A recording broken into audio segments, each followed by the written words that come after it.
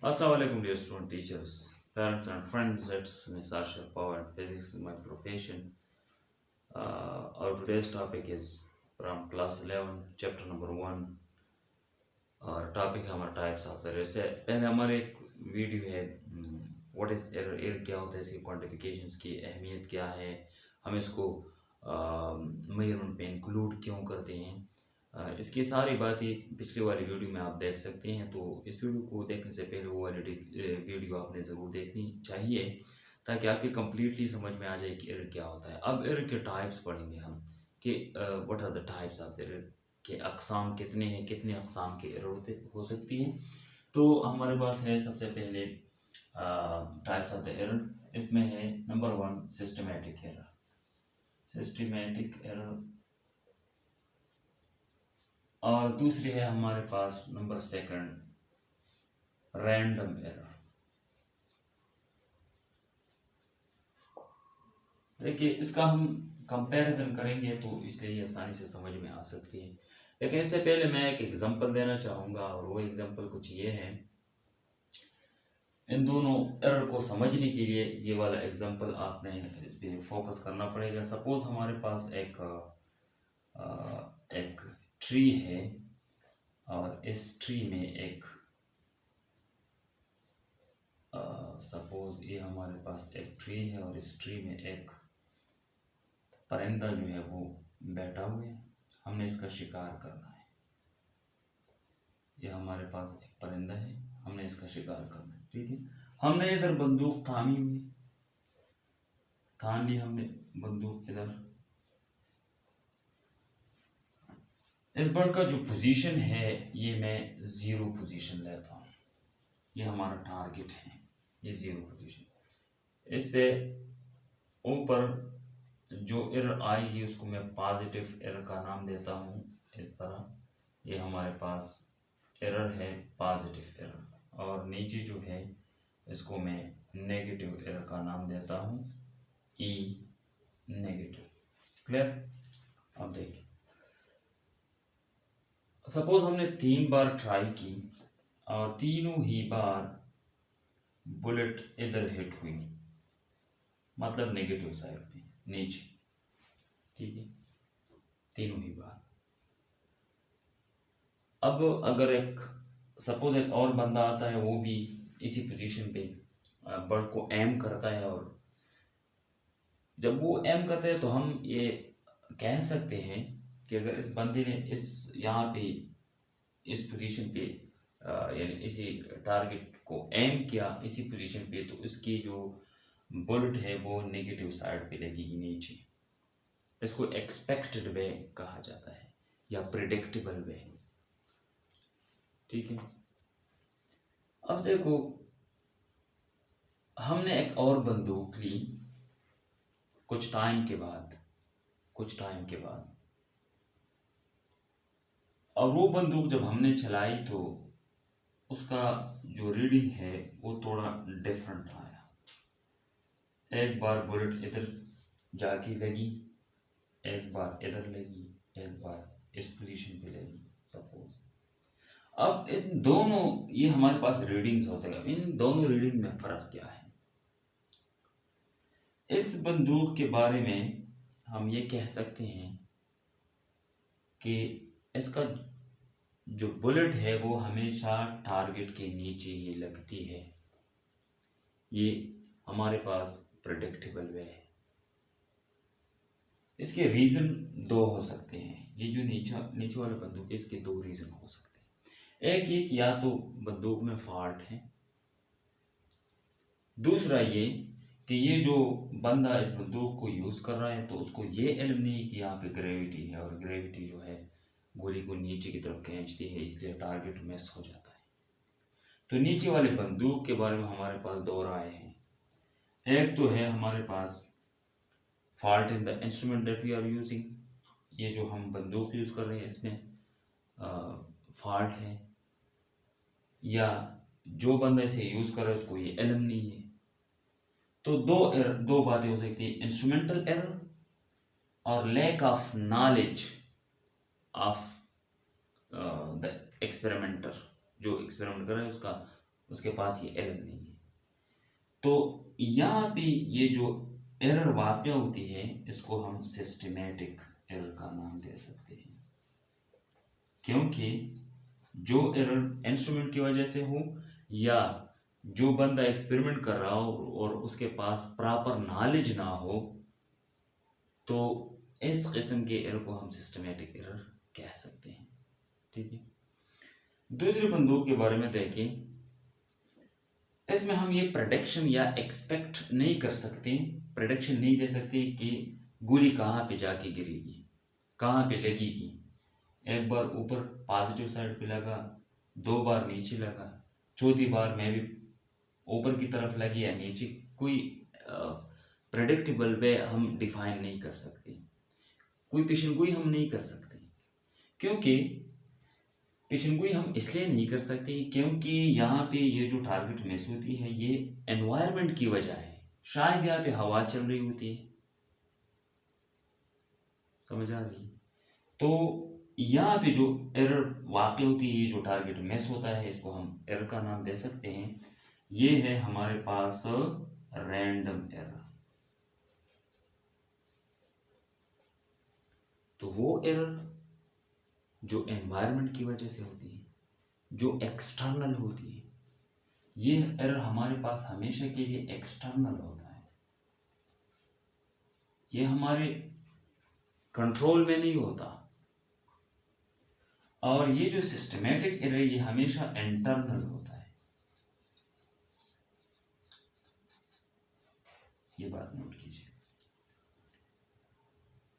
Clear हुई बात। अब इस एरर का इफेक्ट क्या होगा, ये जो हमारे पास रैंडम एरर है इसका इफेक्ट क्या होगा, ये कौन सी बात को इफेक्ट करेगी।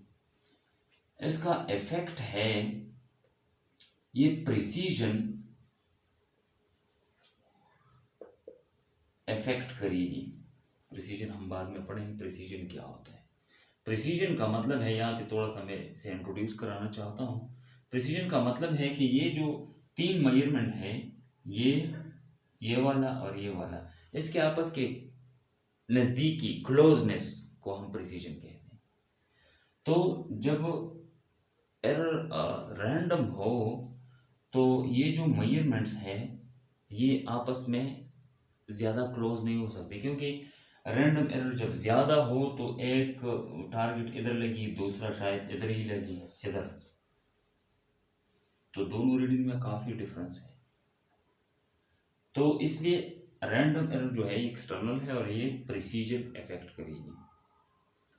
सिस्टमेटिक एरर हमारे पास देखिए ये क्या होता है, ये एक्यूरेसी इफेक्ट कर देते हैं। एक्यूरेसी का क्या मतलब होता है, एक्यूरेसी हमारे पास यहाँ पे ये मतलब इस बर्ड को हिट करना, ये हमारे पास एक्यूरेट वैल्यू है, एक्यूरेसी ये है, इसको हिट करना एग्जैक्टली। अब देखो जब सिस्टमेटिक एरर ज़्यादा हो, सिस्टमेटिक एरर ज़्यादा हो तो मतलब है गोली यहाँ पे लगेगी, तो जब यहाँ पे लगेगी तो यहाँ से यहाँ तक जो है ये एरर काफ़ी ज़्यादा है। और इस डिफरेंस को हम क्या कह सकते हैं, एक्यूरेसी। एक्यूरेसी मतलब है कि आपका जो मेजरमेंट है ये एक्चुअल वैल्यू यानी टारगेट से कितना दूर है और कितना नज़दीक है। ठीक है, अब प्रिसीजन को हम रैंडम एरर को हम कैसे कम करा सकते हैं, रैंडम एरर को हम कैसे कम करा सकते हैं। देखिए रैंडम एरर को हम, इसका तो कई तरीके हैं, लेकिन 2-3 तरीके हैं, ज़्यादा है भी नहीं, इसको सिर्फ हम मिनिमाइज करेंगे। नंबर 1 है हमारे पास रिपीटिबिलिटी। रिपीटिबिलिटी का क्या मतलब होता है, रिपीटिबिलिटी का मतलब होता है कि लार्ज नंबर ऑफ मेजरमेंट्स लेना, मतलब जितने आप लार्ज नंबर ऑफ मेजरमेंट लेंगे उतनी ही आपके पास रैंडम एरर कम होगा। और इसका मतलब है रिपीटिबिलिटी मतलब रैंडम एरर जो है, random error is inversely proportional to the number of readings और मेजरमेंट। जितनी आप नंबर ऑफ मेजरमेंट्स बढ़ा देते हैं उतनी ही रैंडम एरर कम होगी। इसका मैं एक एग्जांपल देता हूँ। इसका एग्जांपल ये है। एग्जांपल, अगर if 10 मेजरमेंट्स जो है इसमें एरर है, 10 मेजरमेंट्स हमारे पास और इसमें रैंडम एरर हमारे पास 2 है। अगर हम मेजरमेंट्स को डबल कर दें, if we double the number of measurements,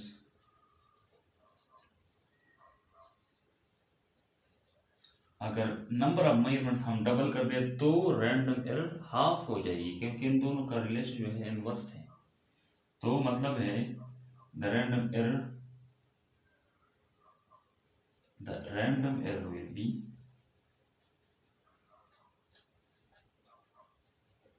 will be one, random error 1 हो जाएगी। ठीक है। सिस्टमेटिक एरर को हम कैसे, और इसमें एक बात मैं भूल गया, ये नंबर 1। नंबर 2 है reproducibility.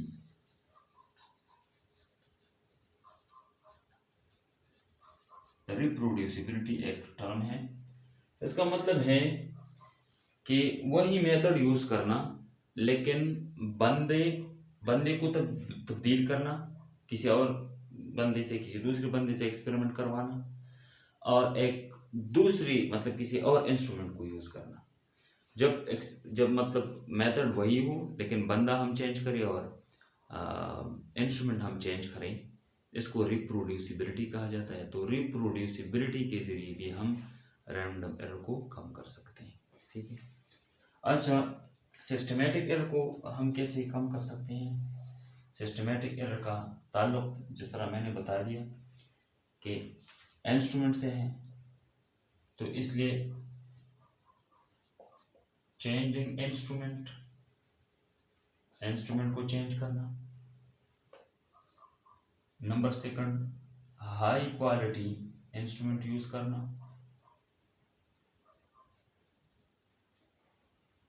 High quality use of high quality of the instrument, comparison of faulty instrument with the correct one.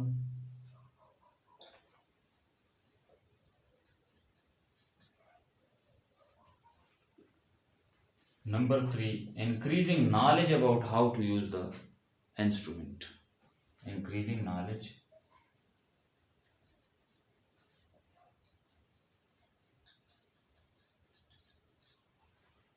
how to perform the experiment, how to use the instrument. Instrument के बारे में भी, और जो तजुर्बा, जो experiment आप कर रहे हैं उसके बारे में आपका नॉलेज ज़्यादा होना चाहिए। तो ये था हमारे पास एक छोटा सा टॉपिक। इसके बाद हम पढ़ेंगे प्रिसीजन एंड एक्यूरेसी, जो कि इंतहाई इम्पॉर्टेंट है। लेकिन उससे पहले याद रखिए उसमें हम फिर सिस्टमेटिक और रैंडम एरर का जिक्र करेंगे, तो इसलिए मैं ये ज़रूरी समझता था कि टाइप्स ऑफ एरर को एक्सप्लेन करूं, और इसको गौर से देखना चाहिए, क्योंकि इसमें मैंने देखिए इसमें कंसेप्ट है, अपने कंसेप्ट को क्लियर करा दें। देखिए आपकी जब फिज़िक्स ऐसी सब्जेक्ट है, जब आपकी कंसेप्ट कम्प्लीटली क्लियर हो तो ये इंतहाई इंटरेस्टिंग सब्जेक्ट है। अगर आपकी कंसेप्ट क्लियर ना हो तो ये आपके लिए बोरिंग हो सकती है। तो इसलिए डोंट बी बोर मत हो, और बी फोकस्ड, बिल्कुल फोकस्ड रहें। ये आपका काम है। तमाम स्टूडेंट के लिए हमारी यही राय है कि be focused on your study. और फिज़िक्स इंतहाई आसान है, तो हमारी वीडियो को देखते रहिए, चैनल को भी सब्सक्राइब करें, दोस्तों के साथ भी शेयर करें। Thank you.